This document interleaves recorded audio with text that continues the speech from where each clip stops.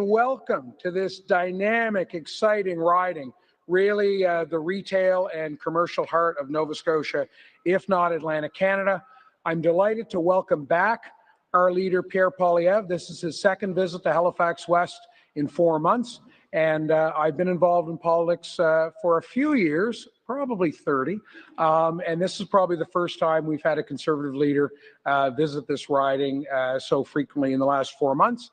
And we look forward to welcoming back for a third time this year when he is our next Prime Minister.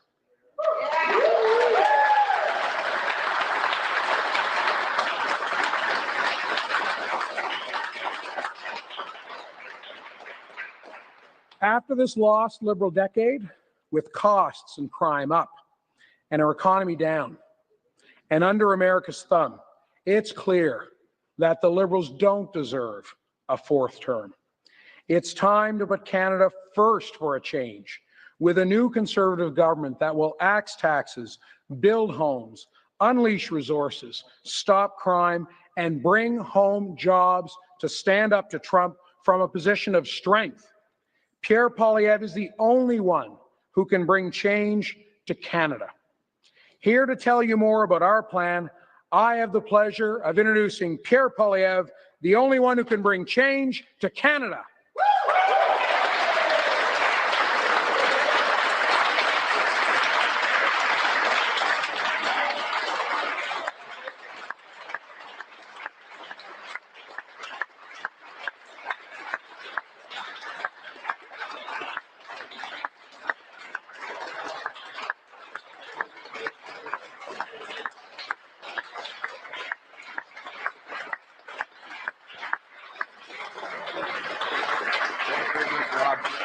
Merci beaucoup, Rob. Thank you very much, Halifax. Hello, Nova Scotia. What an honor to be here today as we continue with the change election. Nous avons une élection qui peut être décrite dans un mot, le changement. Il faut que ça change. Après une décennie perdue des libéraux, des coûts qui augmentent, la criminalité qui est hors de contrôle, on ne peut pas permettre un quatrième mandat. Il faut que ça change avec un nouveau gouvernement conservateur qui va réduire les taxes et les impôts, bâtir des logements, libérer nos ressources naturelles pour pouvoir rebâtir notre force économique pour faire changement. It's great to be here in Nova Scotia in this change election. And there is one word that describes the election: change. Change so you can afford food, change so you can afford homes, change that you're once again safe on your streets. After the lost Liberal decade of rising costs and crime and a falling economy under America's thumb, we cannot afford a fourth Liberal term. We need change, and that is what Conservatives will bring. Today, we're here with our incredible team that will bring that change. We have, is Rick Perkins here? Where's Rick? Rick Perkins. Rick Perkins.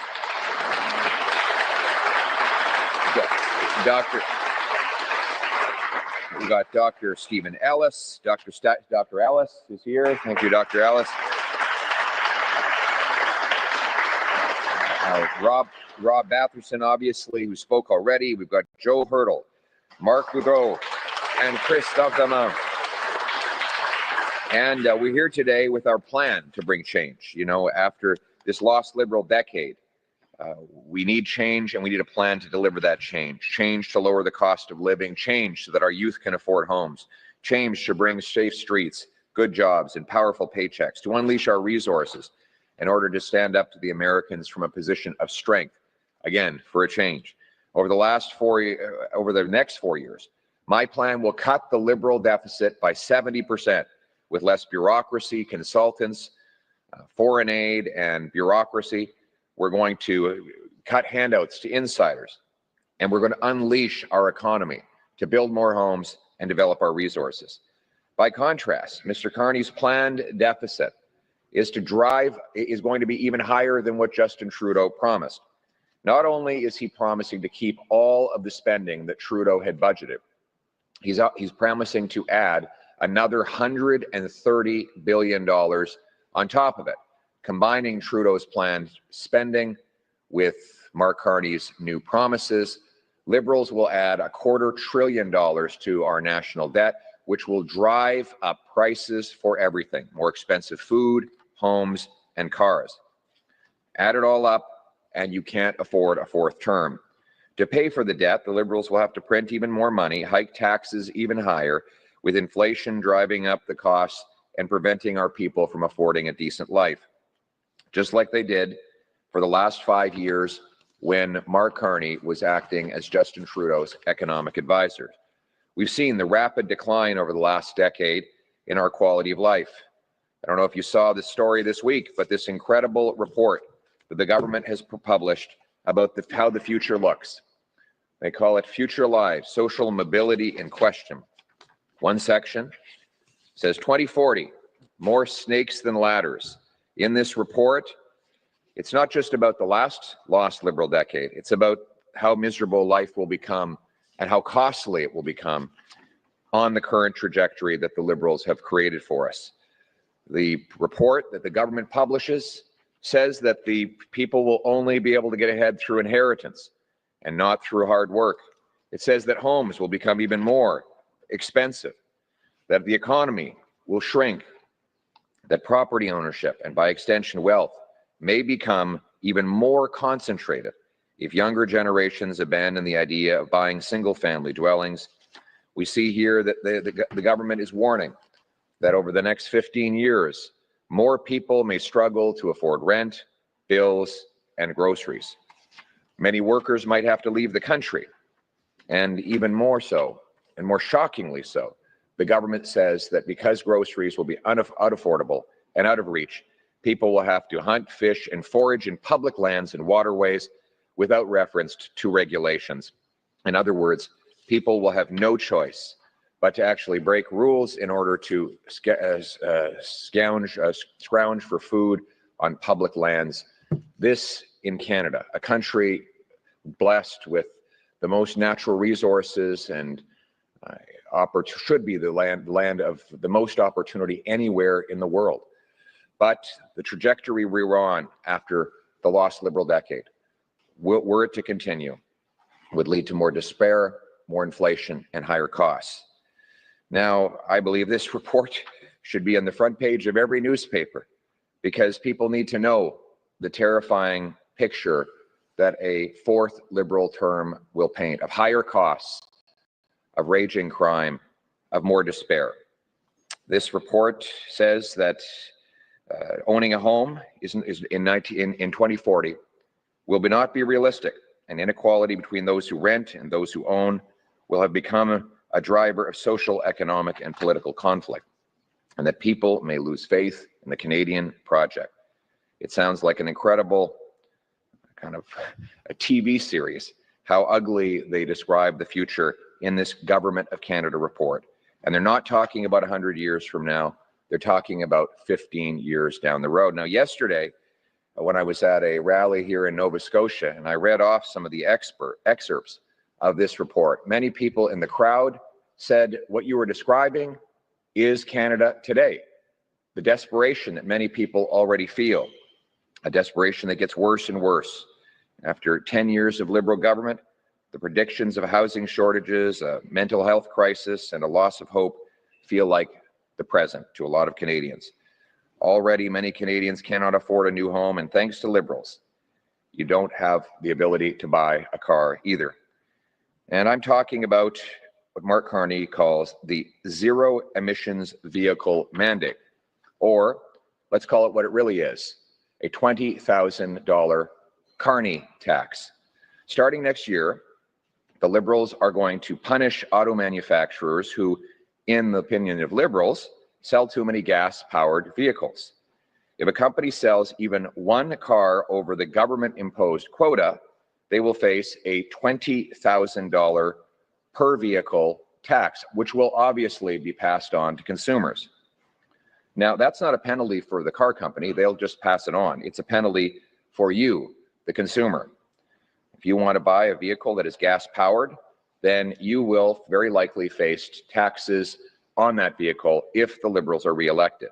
À partir de l'année prochaine, les libéraux vont punir les fabricants d'automobiles qui, selon eux, vendent trop de voitures à l'essence. Si une entreprise vend une seule voiture de plus que le quota imposé par le gouvernement, elle va devoir payer une amende allant jusqu'à 20 000 $ par véhicule. Il ne s'agit pas d'une pénalité pour le fabricant d'automobiles, c'est une nouvelle taxe qui va être imposée sur vous, l'acheteur, si vous souhaitez acheter une voiture à l'essence ou hybride. This is Mark Carney's vision for Canada. A country where you don't get to choose what kind of car you drive, where prices on everything skyrocket to fund his radical ideology, where Canadian workers in places like Oshawa and Windsor face losing their jobs just to justify the ideological fantasies of out-of-touch bankers and liberal ideologues, people who spend too much of their adult life outside of Canada, disconnected from the reality of Canadian life. Now, make no mistake, this is an attack on your paycheck, and it's a direct hit to the auto workers. Independent economist Dr. Ross McKittrick estimates that this liberal ban on gas-powered vehicles and the tax that it applies on the remaining vehicles that are allowed to be sold will kill 38,000 Canadian auto sector jobs and cost our economy $138 billion.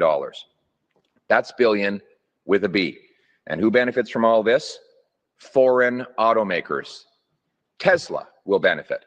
Mark Carney wants you to pay a $20,000 tax on a gas-powered vehicle to pay credits to Tesla, a foreign automaker, sending our money and our jobs abroad once again.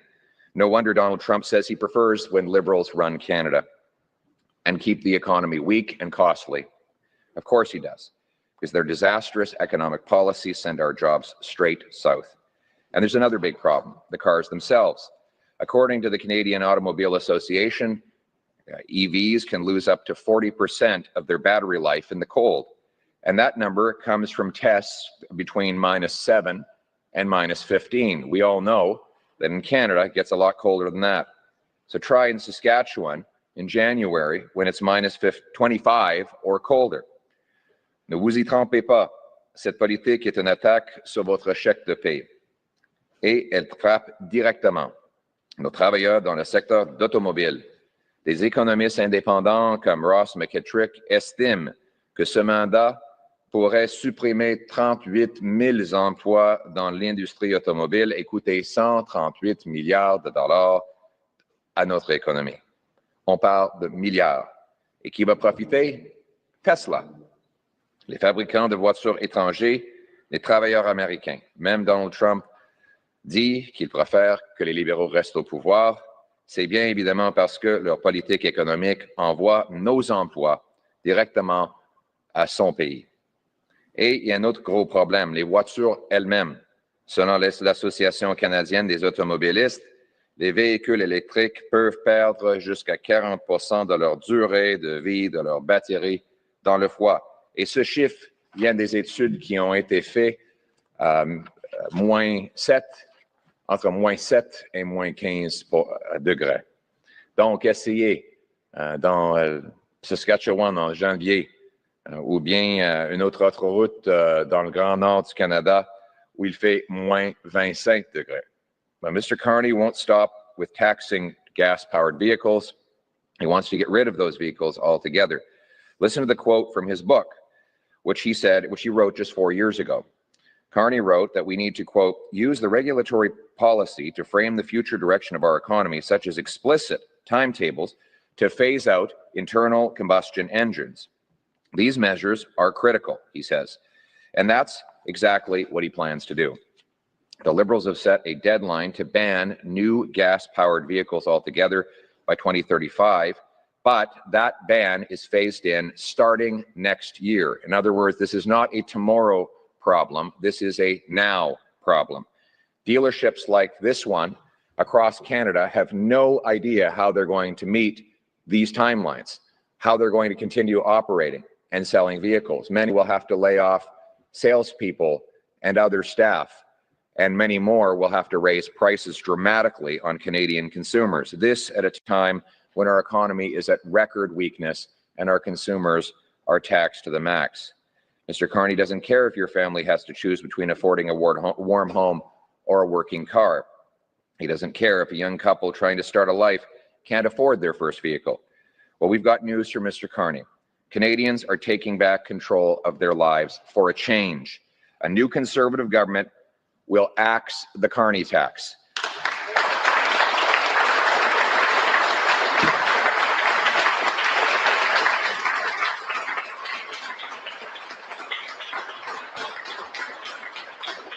We will axe the Carney tax for a change. We'll axe the Carney tax to revitalize our auto sector and to make vehicles more affordable. No $20,000 tax on gas-powered cars, no permanent bans in the cars you love and rely on. Let me be clear, I have nothing against electric cars. If you want one, buy one. Free choice. Make your own decision. I encourage you to buy one that's made in Canada, and I go even further to say that a Conservative government would bring real change and axe the federal sales tax on any vehicles made in Canada so that you can save by buying Canadian.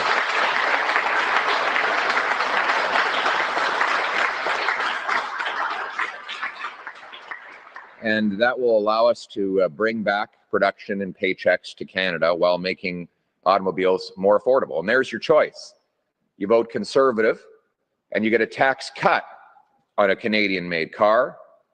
You vote for the Liberals to have a fourth term in power, and you vote for a $20,000 tax on Canadian-made automobiles, all to benefit Tesla and other foreign automakers. Conservatives will put you back in the driver's seat for a change. You will decide what's good for you and your family. You will decide what to do with your money. Conservatives will maintain clean incentives and continue to back the auto sector. We will honor all agreements for the auto sector that the government has made, but we will not force Canadians to pay a $20,000 tax on automobiles. We will continue to support the battery plants, the EVs, and the other commitments the government has made, because we don't believe in tearing up agreements. We believe in supporting Canadian jobs right here in Canada, and we will go even further with powerful incentives for Canadians to buy Canadian-made automobiles, like axing the GST on those purchases. Un gouvernement conservateur va supprimer la taxe sur les véhicules dès son premier jour au pouvoir. C'est fini les quotas, c'est fini la taxe de 20 000 $ sur les voitures à l'essence, c'est fini les interdictions permanentes sur les voitures que vous aimez et dont vous dépendez. Soyons clairs, si les gens veulent une voiture électrique, ils devraient pouvoir le choisir. C'est un choix personnel que nous respectons, mais nous n'allons pas forcer ce choix sur les Canadiens. C'est une liberté de choix. Mais dans les régions, des gens ont besoin de leur voiture. Je vais mettre fin à la guerre contre l'auto des libéraux et du Bloc. Moi, je crois que les Canadiens devraient pouvoir choisir. Les gens dans les régions du Québec ne peuvent pas survivre seulement avec les voitures électriques. Ils ont besoin d'un char à l'essence et à diesel. Et on va aussi supporter les autoroutes au lieu d'essayer de mettre tout dans les voitures électriques et un tramway. À Québec, le choix, c'est entre les libéraux et le Bloc qui veut simplement un tramway, ou les conservateurs qui favorisent un troisième lien. On va respecter tous les accords existants relatifs à la construction d'usines de véhicules électriques parce que nous respectons les contrats. We will make sure that government policy follows common sense instead of being driven by fantastical liberal ideologies that drive up your cost of living and drive our jobs out. A government that gives you choice instead of hoarding control for itself. No more Carney tax, no more Carney quotas, no more liberal bans on cars Canadians want to drive. And we won't stop there. We will make bold changes so that your life becomes affordable. We will cut income tax by 15% so your hard work pays off and you bring home more of each dollar you earn. We will axe the sales tax on new homes and incentivize municipalities to cut their development taxes to bring down housing costs by $100,000. We will sell off federal land to build 300,000 additional homes, and we will incentivize all levels of government to speed up building permits by 15% every year, all of which will lead to 2.3 million new homes built over the next half decade. This will allow us to bring home jobs for construction workers and homes for deserving families. The choice in this election is about change. It could not be more clear. After a lost Liberal decade of rising costs and crime, are we going to elect the Liberals for a fourth term with a reckless plan by Mark Carney to add even more spending than Trudeau? Or do we want change with a new Conservative government that will cut bureaucracy, consultants, and foreign aid by $55 billion, lower taxes for Canadians, and unleash home building and resources so we can stand up for ourselves in a position of strength? After the lost Liberal decade, we can't afford 4 more years. Struggling Canadians can no longer afford to pay exorbitant grocery bills, housing bills, and now automobile bills. We need a new Conservative government that will focus relentlessly on bringing down the cost of living, ending Liberal inflation, restoring Canada's promise, where hard work gets you a beautiful life in a nice, affordable home on a safe street under our proud flag. That's what it means to bring change. Now, let's bring it home. Thank you very much. Thank you. Merci beaucoup. We will now take questions from the floor. Please say your name and outlet. Hi, it's Sheldon McLeod from MBS News. The parties, the leaders for the last number of weeks, for the last number of years have been telling us how they are different from each other, but after Monday, whoever forms government, the Prime Minister will be the Prime Minister of the entire country, not just the supporters that they have. So what is your plan to bring our country together to head on, to face the challenges that we're, are in our future? Yes, that's a very good question. Canadians have been divided by their government over the last decade. They've been told to turn against each other. I think that's the wrong way. The right way is to bring our people together. And, what unites this country is what I call the Canadian promise. That doesn't matter where you come from. It matters where you're going. If you work hard, you should get a great life. It doesn't matter if you've been here your family's been here for 6 generations, or if you've been here for 6 weeks. If you're prepared to put your shoulder to the wheel and work hard, you should give a great life, a beautiful home on a safe street. And I'm going to rekindle that promise and unite people around that purpose. We are one country. We're a proud country. And I owe everything to this country. It gave me a start from a very humble beginning to be able to stand before you at this stage. And I'm going to give that back. My goal is to make sure that every single kid who's born in this country has that same opportunity. Every single senior that's worked hard their entire life has a dignified retirement. So let us unite our country around that shared promise, and let's bring home change for the future. Thank you. En français. Thank you. And I should say that, the thing that will bring us together now is change. We need change. We need change now more than ever. Change so that people have hope again, something that has been lost these last few years. And change is going to be on the horizon on Monday. I ask every single Canadian, get out and exercise your democratic right, vote for a change, vote for an affordable, safe life, vote for the Canada that you love. Merci beaucoup de votre question. Il faut unir notre pays autour de notre promesse, la promesse Canada, que chacun qui travaille fort devrait pouvoir acheter une belle maison sur une rue sécuritaire, que peu importe vos origines, modestes ou avantagées, vous devrez pouvoir travailler fort, réaliser vos rêves. Et cette belle promesse, c'est ça qui va unir les Canadiens à travers le Canada. Après la décennie perdue des libéraux, les gens ont perdu de l'espoir, sont plus divisés que jamais. On ne peut pas permettre un 4e mandat libéral. Il faut que ça change avec un nouveau gouvernement conservateur qui va unir les Canadiens autour de cette promesse et offrir une belle vie sécuritaire et abordable à tout le monde pour faire changement. Merci beaucoup. Thank you. Next question. Good morning, Mr. Poilievre. Mitchell Bailey here with Global News. You're in the final days of the campaign. What made you decide to come to Nova Scotia now, and what have you been hearing from people here regarding their biggest concerns this election cycle? Thank you. Well, it's never a bad time to go to Nova Scotia. It's great to be here. So every day is a good day in Nova Scotia.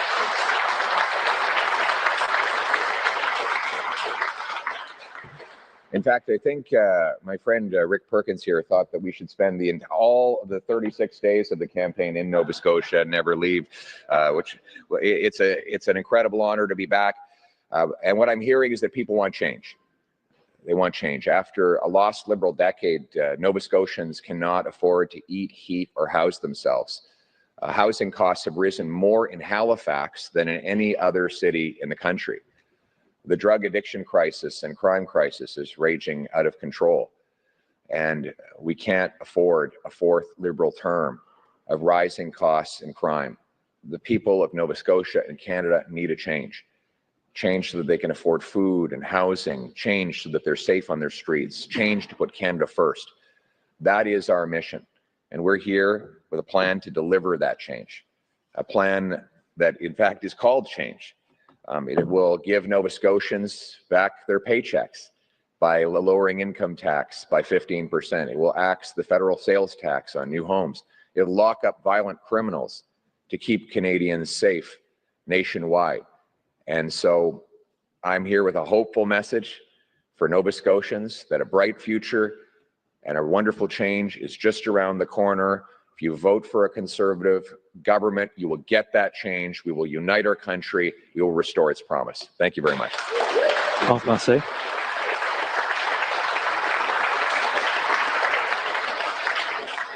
Thank you. Merci beaucoup. Il n'y a pas un mauvais temps pour aller en Nouvelle-Écosse. C'est une très belle province et ça me fait plaisir d'être ici pour parler du changement. Les gens ont besoin du changement. À travers les visites que j'ai eues, les gens sont en souffrance. Le coût de nourriture a explosé 37% plus rapidement ici au Canada qu'aux États-Unis les dernières 5 années. Le coût de logement a augmenté à Halifax plus que dans n'importe quelle autre ville à travers le Canada. La criminalité est maintenant hors de contrôle. Après la décennie perdue des libéraux, des coûts et de la criminalité qui augmentent, il faut que ça change.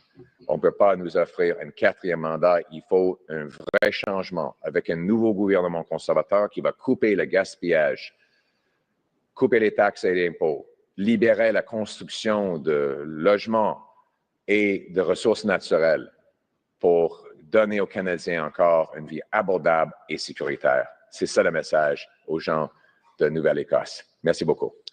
Thank you. Next question. Good morning, Mr. Poilievre. Good morning. Pat Healy from the Laker News. Yes, sir. With the threat of U.S. tariffs impacting the auto industry, how would you work to ensure that impact is limited? First of all, I will axe the carny tax. Can you imagine in the middle of this trade dispute how irresponsible the Liberals and Mark Carney must be to contemplate a $20,000 tax on Canadian-made gas-powered vehicles? It is utterly reckless. Not only is Mr. Carney continuing with the disastrous policies of Justin Trudeau, he wants to take them even further. Taxing your vehicle at $20,000 will mean you won't be able to afford one. So when people's old vehicle is breaking down and they can't afford a new car, they can't afford the Carney tax, how are they going to get to work? What are they going to do? And how are we going to keep jobs in this country when there's a new tax, Liberal tax, on vehicles? I will axe that tax and I will let Canadians choose their own automobile. They will make their own decisions for themselves. Rural people, suburban folks need cars and trucks, and we need to protect their ability to make that decision.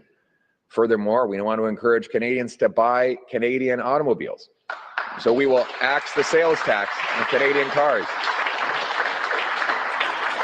So here you have a choice. If you vote for a fourth Liberal term, you're going to get a $20,000 tax on your gas-powered automobile. You vote Conservative, you're going to get a tax-free vehicle that is made in Canada, knowing that you'll be creating jobs for fellow Canadians and strengthening our economy.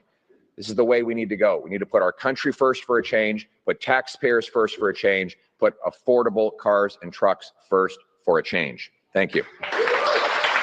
En français. Merci beaucoup. Avec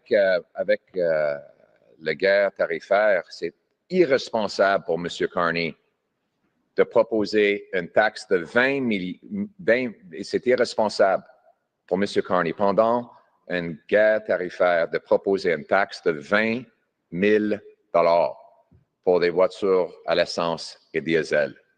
Ça va tuer des emplois pour les travailleurs dans l'industrie automobile, mais aussi, ça va augmenter le coût de la vie pour les Canadiens qui ne peuvent plus payer.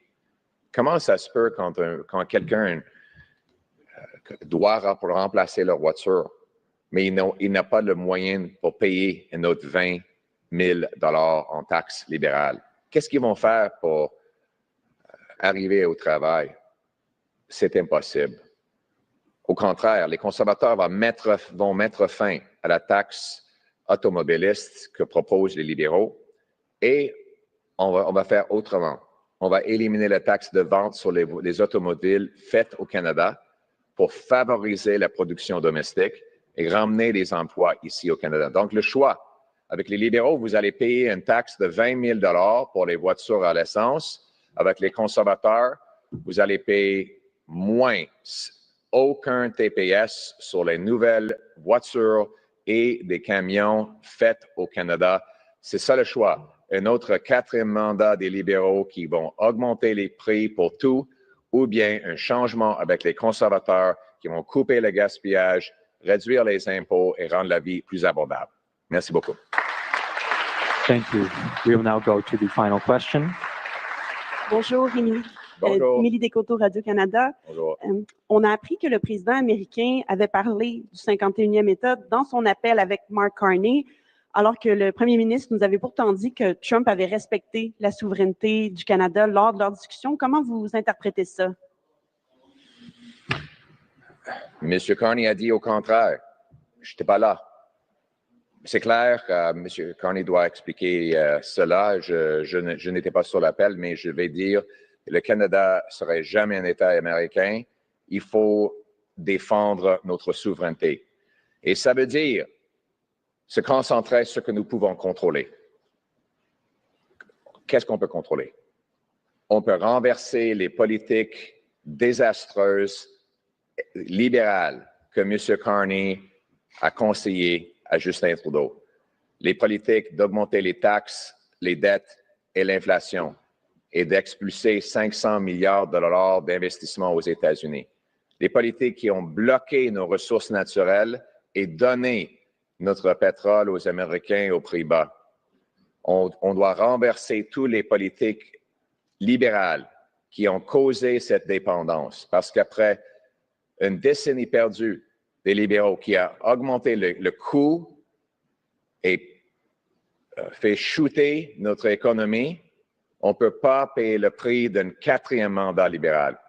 Il nous faut un changement avec un nouveau gouvernement conservateur qui va couper le gaspillage, la bureaucratie, les taxes et les impôts, libérer la production de nos ressources et de la construction des maisons et ramener nos emplois ici pour tenir tête aux Américains avec la force.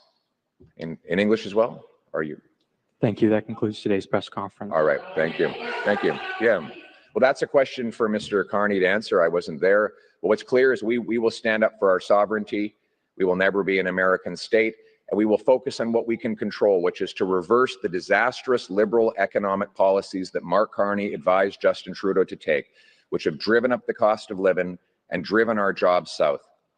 My approach is to bring change. Change by cutting bureaucracy, taxes, and bringing down the cost of living. Change by unleashing the construction of new homes and Canadian resources to bring back the $500 billion that Liberals pushed south. change so that Canadians can create jobs here at home. My plan will cut taxes on work, investment, home building, and energy so that we can unleash production and powerful paychecks and stand up for our country from a position of strength for a change. Thank you very much. Thank you, everyone. That concludes today's press conference.